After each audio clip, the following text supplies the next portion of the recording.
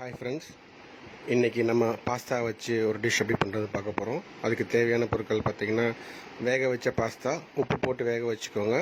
ஒரு பெரிய வெங்காயம் சின்ன சின்னதாக வெட்டிக்கோங்க. ஒரு 5-6 பூண்டு சின்ன சின்னதாக வெட்டிக்கோங்க. Butter, soya sauce, tomato ketchup, இது எல்லாமே எடுத்துக்கிறோம். இதை வச்சு நம்ம இன்றைக்கி எப்படி ஒரு டிஷ் பண்ணுறது பார்ப்போம். பாஸ்தா வேக வைக்கும் போது உப்பு போட்டு நீங்கள் வேக வச்சுக்கோங்க. இப்போ கடாயை வச்சாச்சு.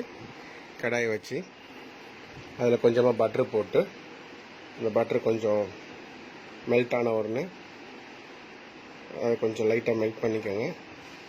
ஏன்னா இதில் தான் நம்ம போட போகிற பூண்டு, வெங்காயம் எல்லாமே ஃப்ரை ஆகணும். ஸோ இப்போ பூண்டு சின்ன சின்ன வெட்டி வச்சதை போட்டுட்டோம். அதை நல்லா கொஞ்சம் ஃப்ரை பண்ணிக்கோங்க. ஏன்னா அந்த ஸ்மெல் நல்லாயிருக்கும் உங்களுக்கு. அது ஸ்மெல் நல்லா இருந்தால் தான் கொஞ்சம் ஃப்ளேவர் டிஷ் நல்லாயிருக்கும். அப்புறமேட்டு இந்த வெங்காயத்தை அதில் போட்டு நல்லா ஃப்ரை பண்ணிக்கோங்க. ரொம்ப டீப் ஃப்ரை பண்ண வேணாம், கொஞ்சம் சங்கியாக இருக்கணும். அதனால் கொஞ்சம் லைட்டாக ஃப்ரை பண்ணிக்கோங்க.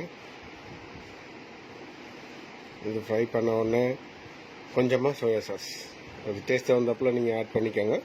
நான் ஒரு 5-6 ட்ராப் தான் அதில் வர்றேன். சோயா சாஸ் ஆட் பண்ணிக்கோங்க. ஆட் பண்ணிட்டு நல்லா ஒரு மிக்ஸ் பண்ணிக்கோங்க.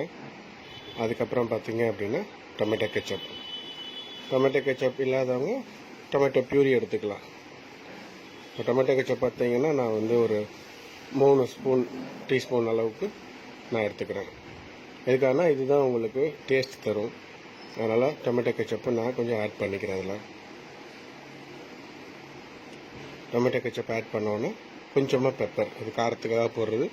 வேணாங்கிறவங்க நீங்கள் உங்களுக்கு என்ன வேணுமோ அதை நீங்கள் ஆட் பண்ணிக்கலாம். பேஸ்ட் மாதிரியோ இல்லை வேறு மாதிரியோ ஆட் பண்ணிக்கலாம்.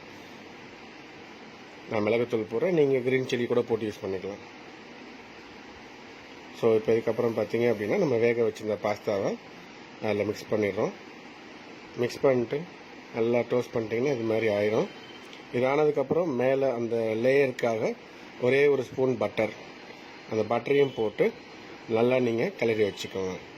இது மாதிரி நல்லா நீங்கள் கிளறி வச்சிட்டிங்க அப்படின்னா அந்த மேலே பட்டர், பூண்டு, வெங்காயம் இதெல்லாம் சேர்ந்து மிக்ஸ் பண்ணி ஒரு நல்ல டேஸ்ட்டாகவும் இருக்கும், ஃப்ளேவராகவும் இருக்கும் உங்களுக்கு. சப்போஸ் எக் ஆட் பண்ணணும்னு நினைக்கிறவங்க தனியாக எக்கை ஸ்க்ராம்பிள்டு எக் மாதிரி போட்டு, அதை முட்டை பொரிக்கிற மாதிரி ஆம்லெட் மாதிரி போட்டு பொரிச்ச மாதிரி எடுத்துகிட்டு நீங்கள் அதை இதோட சேர்த்து ஆட் பண்ணிக்கலாம். பாருங்கள், இப்போவே பாருங்கள் மேலே அந்த பட்டர், ஆனியன், பூண்டு எல்லாமே சேர்த்து மிக்ஸ் ஆகி மேலே ஒரு லேயர் மாதிரி இருக்குது. சூப்பராகவும் இருக்குது. ட்ரை பண்ணி பாருங்கள்.